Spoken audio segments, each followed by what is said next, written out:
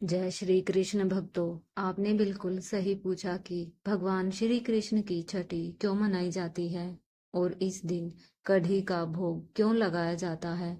सनातन परंपरा में जैसे किसी शिशु के जन्म के छठे दिन छठी पूजा का विधान होता है, उसी प्रकार जन्माष्टमी के छठे दिन कान्हा जी की छठी धूमधाम से मनाई जाती है। कहते हैं कि इस दिन छठी माता यानी षष्ठी देवी का पूजन करने से बच्चे को दीर्घायु, सुख समृद्धि और निरोग जीवन का आशीर्वाद मिलता है। जब किसी घर में बच्चा जन्म लेता है तो छठे दिन उसे स्नान कराकर सुंदर वस्त्र पहनाए जाते हैं और छठी माता का पूजन किया जाता है। इसी परंपरा को भगवान श्री कृष्ण के जन्मोत्सव में भी निभाया जाता है। भक्तजन इस दिन मंदिर और घर को सजाकर भजन कीर्तन और पूजन करते हैं। छठी पूजा में कढ़ी का विशेष स्थान माना गया है, क्योंकि इसे सात्विक और पवित्र भोजन माना जाता है। यह पाचन में सरल होता है और इसे छठी माता को अर्पित करना शुद्धता और स्वास्थ्य का प्रतीक है। इसीलिए कढ़ी चावल, पंचामृत, फल फूल, माखन, मिश्री और तुलसी पत्र का भोग लड्डू गोपाल को चढ़ाया जाता है। कथा के अनुसार इस दिन जब छठी माता की पूजा की जाती है और लड्डू गोपाल को भोग लगाया जाता है, तब भक्त की मनोकामनाएं पूर्ण होती है। विशेषकर संतान सुख और संतान की सेहत से जुड़ी प्रार्थनाएं अवश्य फलित होती है। इसी कारण भक्तजन श्रद्धा और प्रेम से कान्हा जी की छठी मनाते हैं, छठी माता की आराधना करते हैं और व्रत कथा का पाठ कर परिवार की मंगल कामना करते हैं। कथा शुरू करने से पहले भक्तजन प्रेम से एक स्वर में बोलते हैं, लड्डू गोपाल की जय। पौराणिक कथा के अनुसार ब्रिज की भूमि पर भगवान श्री कृष्ण के परम भक्त हरिराम रहते थे। वह हमेशा ही ठाकुर जी की भक्ति में लीन रहते थे। हरिराम का एक बेटा था, रघुनंदन। हरिराम के पास भगवान श्री कृष्ण की बांसुरी बजाते हुए चित्र था। वह हमेशा उसकी ही पूजा में लीन रहते थे। वह प्रभु को छोड़कर कभी नहीं कहीं नहीं जाते थे। एक बार हरिराम के लिए वृंदावन से भागवत कथा का बुलावा आया। पहले तो हरिराम ने उस भागवत कथा में जाने से मना कर दिया, परंतु सभी के आग्रह करने पर वे जाने के लिए तैयार हो गए।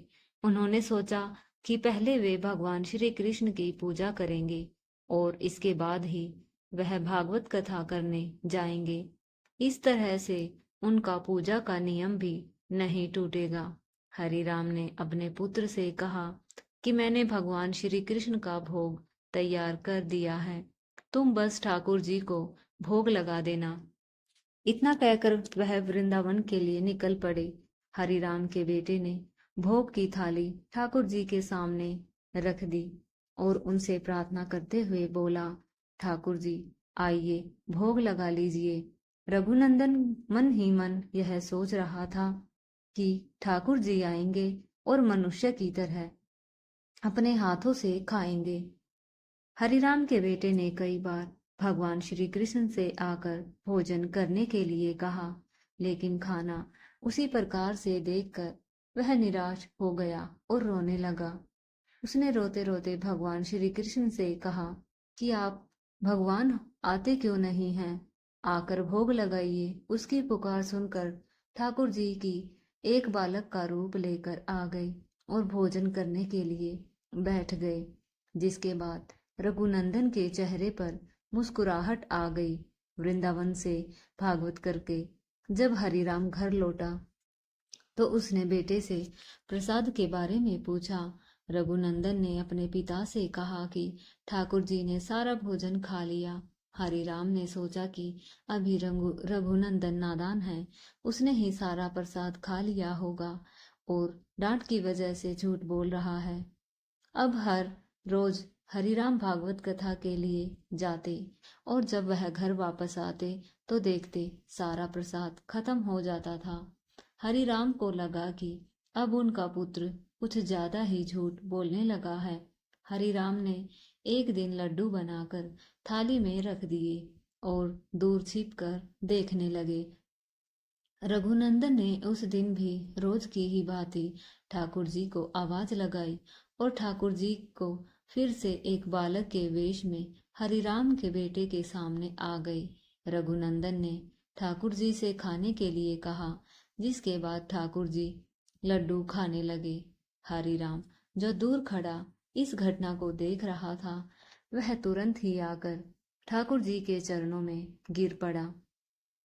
ठाकुर जी के एक हाथ में लड्डू था और दूसरे हाथ का लड्डू खाने ही वाला था, लेकिन ठाकुर जी उसी समय वहीं पर जम कर रह गए।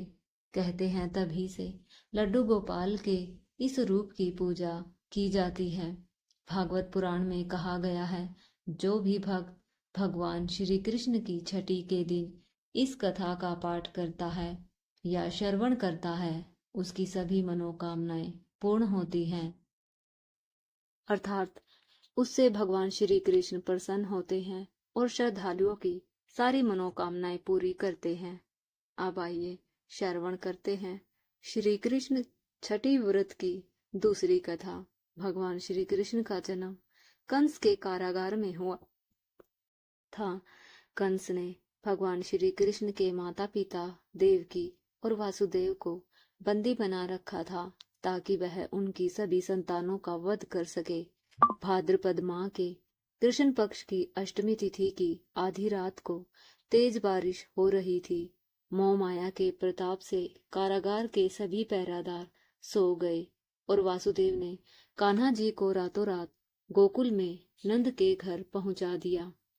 कंस जब कारागार में आया तो उसको बताया गया कि लड़की का जन्म हुआ है। कंस ने उसको मारने की कोशिश की, लेकिन तुरंत ही वह कन्या आकाश में उड़ गई। इसी के साथ एक आकाशवाणी हुई कि तुझे मारने वाला तो जन्म ले चुका है। कंस ने पूतना को आदेश दिया कि जितने भी 6 दिन के बच्चे हैं उनको मार दिया जाए। पूतना ने 6 दिन के बच्चों को मारने की सूचना सुनी तो वह घबरा गई। पूतना के बारे में सुनने के बाद यशोदा जी ने माता पार्वती का ध्यान किया और उनसे कान्हा की सुरक्षा की प्रार्थना की। कृष्ण जी ने 6 दिन के अंदर पूतना का वध कर दिया था, जिसके बाद मैया यशोदा ने कान्हा की छठी मनाई। इसी वजह से हर साल जन्माष्टमी के 6 दिन बाद लड्डू गोपाल जी की छठी का पर्व मनाया जाता है।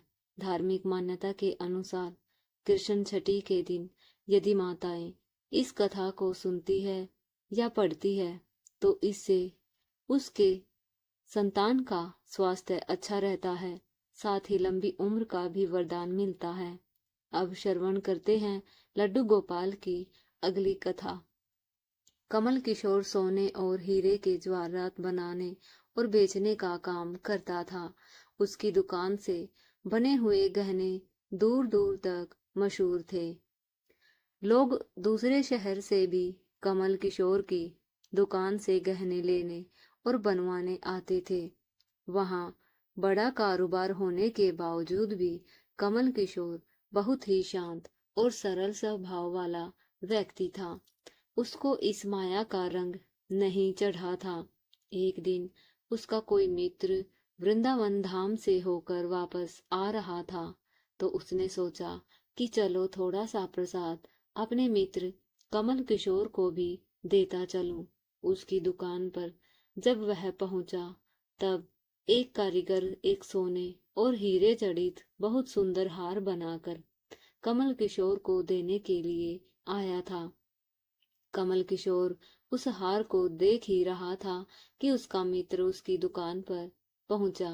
कमल किशोर का मित्र अपने साथ वृंदावन से एक सुंदर लड्डू गोपाल, जिसका स्वरूप अत्यंत मनमोहक था, साथ लेकर आया था। जब उसका मित्र दुकान पर बैठा तो उसकी गोद में लड्डू गोपाल जी विराजमान थे। कमल किशोर लड्डू गोपाल जी के मनमोहक रूप सौंदर्य को देखकर अत्यंत आनंदित हुआ। उसने अपने हाथ में पकड़ा हुआ हार लड्डू गोपाल के गले में पहना दिया और अपने मित्र को कहने लगा कि देखो तो सही, इस हार की शोभा लड्डू गोपाल के गले में पड़ने से कितनी बढ़ गई है।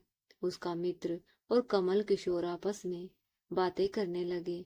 बातों बातों में ही उसका मित्र लड्डू गोपाल को हार सहित लेकर चला गया। दोनों को ही पता न चला कि हार लड्डू गोपाल के गले में ही पड़ा रह गया है। कमल किशोर का मित्र अपनी पत्नी सहित एक टैक्सी में सवार होकर अपने घर को रवाना हो गया। जब वह टैक्सी से उतरे तो भूलवश लड्डू गोपाल जी उसी टैक्सी में रह गए। टैक्सी वाला जब एक गरीब आदमी था, उसका नाम बाबू था, जो कि दूसरे शहर से यहाँ अपने परिवार का पालन पोषण करने के लिए टैक्सी चलाता था। जब टैक्सी लेकर बाबू अपने घर पहुंचा तो उसने टैक्सी की पिछली सीट पर देखा लड्डू गोपाल जी पिछली सीट पर गले में हार धारण करके सुंदर सी पोशाक पहनकर हाथ में बांसुरी पकड़े बैठे हुए हैं। बाबू यह देखकर एकदम से घबरा गया कि यह लड्डू गोपाल जी किसके हैं और वह दुविधा में पड़ गया, क्या करे। लेकिन फिर उसने बड़ी श्रद्धा से हाथ धोकर लड्डू गोपाल जी को उठाया और अपने घर के अंदर ले गया। जैसे ही उसने घर के अंदर प्रवेश लिया, उसकी पत्नी ने सुंदर स्वरूप वाले लड्डू गोपाल जी को पति के हाथों से ले लिया। उसकी पत्नी, जिसकी 8 साल शादी को हो चुके थे पर कोई संतान नहीं थी, लेकिन गोपाल जी को हाथ में लेते ही उसका वात्सल्य भाव जाग उठा। ममता और करुणा से आंखें झरझर बहने लगी। ठाकुर जी को गोद में उठाते ही उसको ऐसे लगा जैसे अपने ही बच्चे को गोद में उठाया है। उसके सपनों से अपने आप दूध निकलने लगा। अपनी ऐसी दशा देखकर बाबू की पत्नी मालती बहुत हैरान हुई। उसने कसकर गोपाल जी को अपने सीने से लगा लिया और आंखों में आंसू बहाती बोलने लगी, अरे बाबू, तुम नहीं जानते कि आज तुम मेरे लिए कितना अमूल्य रतन लेकर आए हो। वह गोपाल जी को जल्दी जल्दी लेकर अंदर चली गई और उनसे बातें करने लगी। अरे लाला, इतनी दूर से आए हो, तुम्हें भूख लगी होगी। उसने जल्दी जल्दी मधु और घी से बनी चूरी बनाकर और दूध गर्म करके ठाकुर जी को भोग लगाया। उधर कमल किशोर ने जब अपनी दुकान पर हार को नहीं देखा तो उसको याद आया कि हार तो ठाकुर जी के गले में ही रह गया है। उसने अपने मित्र को संदेश भेजा। मित्र ने जवाब दिया, अरे मित्र, हार सहित खुद ही चोरी हो गया है। कमल किशोर अब थोड़ा सा परेशान हो गया कि इतना कीमती हार न जाने कहाँ चला गया। वह मन ही मन विचार करने लगा कि मुझे तो लाखों का नुकसान हो गया, लेकिन फिर भी अपने सरल स्वभाव के कारण उसने अपने मित्र को कुछ नहीं कहा और अपने मन में सोचा कि कोई बात नहीं, मेरा हार तो ठाकुर जी के ही अंग लग गया है। यदि मेरी भावना सच्ची है तो ठाकुर जी उसको पहने रखे। उधर बाबू और उसकी पत्नी मालती दिन रात ठाकुर जी की सेवा करती। जल्दी ही लड्डू गोपाल जी की कृपा से मालती के घर सुंदर सी बेटी ने जन्म लिया। मालती ने लड्डू गोपाल जी को इतना स्नेह करती थी कि रात को उठ उठ कर देखने जाती कि लड्डू गोपाल जी को कोई कष्ट तो नहीं है। ऐसे ही एक दिन कमल किशोर को व्यापार के सिलसिले में दूसरे शहर जाना पड़ा जहां पर बाबू रहता था। लेकिन दुर्भाग्यवश जब वो उस शहर में पहुंचा तो अचानक बारिश शुरू हो गई। कमल किशोर को जहां पहुंचना था वहां पहुंच न सका। तभी बाबू अपनी टैक्सी लेकर आ गया और उसने परेशान कमल किशोर से पूछा, बाबूजी आप यहाँ क्यों खड़े हो? बारिश तो रुकने वाली नहीं और सारे शहर में पानी भरा हुआ है। आप अपनी मंजिल तक न पहुंच पाओगे और न ही कहीं और रुक पाओगे। मेरा घर पास में ही है, अगर आप चाहो तो मेरे घर आ सकते हो। कमल किशोर, जिसके पास सोने और हीरे के काफी गहने थे, वह अनजान टैक्सी वाले के साथ जाने में थोड़ा घबरा रहा था, लेकिन उसके पास और कोई चारा नहीं था। वह बाबू के घर उसके साथ टैक्सी में बैठकर चला गया। घर पहुंचते ही बाबू ने मालती को आवाज दी कि आज हमारे घर मेहमान आए हैं, उनके लिए खाना बनाओ। कमल किशोर ने देखा कि बाबू का घर बहुत छोटा सा था, लेकिन व्यवस्थित ढंग से सजा हुआ है। घर में अजीब तरह के इत्र की खुशबू आ रही थी, जो कि उसके हृदय को आनंदित कर रही थी। उसका ध्यान बार बार उस दिशा की ओर बढ़ रहा था जहां पर ठाकुर जी विराजमान थे। वहां से उसको एक अजीब तरह का प्रकाश नजर आ रहा था। हार कर कमल किशोर ने बाबू से पूछा, यदि आपको कोई ऐतराज ना हो तो क्या आप बता सकते हो कि उस दिशा में क्या रखा है? मेरा ध्यान उसी तरफ आकर्षित हो रहा है। बाबू और मालती ने एक दूसरे की तरफ मुस्कुराते हुए कहा कि वहां पर तो हमारे घर के सबसे अहम सदस्य लड्डू गोपाल जी विराजमान हैं। कमल किशोर ने पूछा, क्या मैं उनके दर्शन कर सकता हूँ? तो मालती उनको उस कोने में ले गई जहां पर लड्डू गोपाल जी विराजमान थे। कमल किशोर लड्डू गोपाल जी को और उसके गले में पड़े हार को देखकर हैरान हो गए, क्योंकि यह वही हार था। कमल किशोर ने पूछा कि यह गोपाल जी तुम कहाँ से लाए? बाबू ने कमल किशोर को सारी बात बता दी। कमल किशोर ने कहा, क्या तुम जानते हो कि जो हार ठाकुर जी के गले में पड़ा है उसकी कीमत क्या है? बाबू और मालती ने हाथ जोड़कर कहा, नहीं, पर जो चीज लड्डू गोपाल जी के अंग लग गई, हम उसका मूल्य नहीं जानना चाहते। हमारे लाला के सामने किसी भी चीज का कोई मोल नहीं है। कमल किशोर चुप हो गया। उसने मन ही मन सोचा, चलो अच्छा है, मेरा हार ठाकुर जी ने अपने अंग लगाया हुआ है। अगले दिन जब वह चलने को तैयार हुआ और बाबू उनको टैक्सी में लेकर उनकी मंजिल तक पहुंचाने गया, कमल किशोर टैक्सी से उतरा तो उस समय बाबू ने आवाज लगाई, जरा रुको, यह आपका सामान हम टैक्सी में रह गया है। कमल किशोर ने कहा, मैंने तो वहां कुछ नहीं रखा। तब बाबू ने कहा, लेकिन यह बैग तो आपका ही है। जब कमल किशोर ने खोलकर देखा तो उसमें बहुत सारे पैसे थे। कमल किशोर हक्का बक्का रह गया।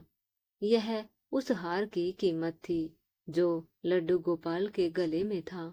उसकी आंखों में आंसू आ गए कि जब तक मैंने निश्चल भाव से ठाकुर जी को वह हार धारण करवाया हुआ था, तब तक उन्होंने पहने रखा। जैसे मैंने पैसों का सुनाया, उसने मेरा अभिमान तोड़ दिया और पैसे मुझे दे दिए। वह ठाकुर जी से क्षमा मांगने लगा, लेकिन अब हो भी क्या सकता था। इसलिए हमारे अंदर ऐसे भाव होने चाहिए जिसमें अहंकार न होकर विनम्रता होनी चाहिए। और ठाकुर जी जैसा चाहते हैं वैसा ही होता है। हम तो निमित्त मात्र है। कौन ठाकुर जी को वृंदावन से लाया और किसके घर आकर वह विराजमान हुए, यह सब ठाकुर जी की लीला है। जिसके घर रहना है, जिसके घर सेवा लेनी है, यह सब ठाकुर जी तय करते हैं। हम लोग तो निमित्त मात्र हैं। बस हमारे भाव शुद्ध होने चाहिए। सबसे पहले यह समझना आवश्यक है कि भगवान श्री कृष्ण भाव के भूखे हैं, भोग के नहीं। वे बड़े बड़े पकवानों की उपेक्षा भक्त के प्रेम और श्रद्धा से अर्पित की गई छोटी से छोटी वस्तु को भी हृदय से स्वीकार कर लेते हैं। यही कारण है कि छठी के दिन कढ़ी चावल का भोग लगाने की परंपरा विशेष महत्व रखती है। इस परंपरा की जड़ें भागवत पुराण में वर्णित एक कथा से जुड़ी है। कथा के अनुसार जब बाल कृष्ण अपनी सखाओं के साथ गाय चराने जंगल जाते थे, तब माँ यशोदा उन्हें एक से बढ़कर एक स्वादिष्ट व्यंजनों से भरी पोटली बांधकर देती थी। उनके सखा भी अपने अपने घर से तरह तरह के पकवान लेकर आते और सब मिलकर आनंद से भोजन करते। लेकिन एक दिन श्री कृष्ण ने देखा कि सभी सखा साथ बैठकर खा रहे हैं, जबकि एक सखा अकेले दूर जाकर भोजन कर रहा है। श्री कृष्ण ने जिज्ञासावश उससे कारण पूछा। तब ज्ञात हुआ कि वह गरीब था और रोज अपने साथ केवल खिचड़ी या कढ़ी चावल लेकर आता था। सबके स्वादिष्ट भोजन को देखकर वह संकोच करने के कारण अलग बैठकर खाता था। यह जानकर श्री कृष्ण को बहुत दुख हुआ और उन्होंने निर्णय लिया कि वे अब उसी गरीब सखा के साथ भोजन को खाएंगे। अगले दिन से उन्होंने उसकी पोटली में रखी खिचड़ी और कढ़ी चावल को प्रेम पूर्वक खाना शुरू कर दिया। धीरे धीरे यह व्यंजन भगवान को प्रिय लगने लगा और उनका पसंदीदा भोजन बन गया। तभी से यह मान्यता चली कि कान्हा को कढ़ी चावल का भोग विशेष रूप से प्रिय है। इसलिए जन्माष्टमी के छठे दिन जब कान्हा की छठी मनाई जाती है, तब 56 भोग के साथ कढ़ी चावल का भोग लगाना अनिवार्य माना जाता है। भोग लगाते समय इस बात का ध्यान रखना आवश्यक है कि कढ़ी में प्याज और लहसुन का प्रयोग न किया जाए, ताकि भोग पूर्ण रूप से सात्विक रहे। अब बात करें पूजा की विधि की। इस दिन भक्त सबसे पहले तन मन से पवित्र होकर पूजा की तैयारी करते हैं। कान्हा जी को पहले पंचामृत और गंगा जल से स्नान कराया जाता है। उसके बाद उन्हें नए पीताम्बर वस्त्र पहनाए जाते हैं और आभूषणों से सुंदर श्रृंगार किया जाता है। पूजा सामग्री में चंदन, केसर, हल्दी, फल, फूल, धूप, दीप, मक्खन, मिश्री, मोर पंख और बांसुरी विशेष रूप से अर्पित की जाती है। इसके बाद लड्डू गोपाल को नामकरण कर पूरे वर्ष उसी नाम से साधना करने की परंपरा है। पूजा के अंत में आरती की जाती है, फिर प्रसाद वितरित किया जाता है और भक्त स्वयं भी ग्रहण करते हैं। इस अवसर पर सभी श्रद्धालु प्रेम पूर्वक बांके बिहारी लाल की जय, लड्डू गोपाल की जय और जय श्री हरि विष्णु का गगन भेदी जय घोष करते हैं। इस प्रकार छठी के दिन कढ़ी चावल का भोग लगाने की परंपरा केवल एक भोजन की परंपरा नहीं, बल्कि श्री कृष्ण के सखा भाव और समानता के संदेश की याद है। एक बार प्रेम से बोलिए, बांके बिहारी लाल की जय, लड्डू गोपाल की जय, जय श्री हरि विष्णु की जय। भाइयों बहनों, ऐसे ही और भी रोचक आध्यात्मिक और ज्ञानवर्धक वीडियो देखने के लिए हमारे चैनल को सब्सक्राइब जरूर करें। आपको यह कथा कैसी लगी, कृपया हमें कमेंट करके बताएं। अगर वीडियो पसंद आया हो तो इसे लाइक करें और अपने दोस्तों व परिवार के साथ शेयर करें।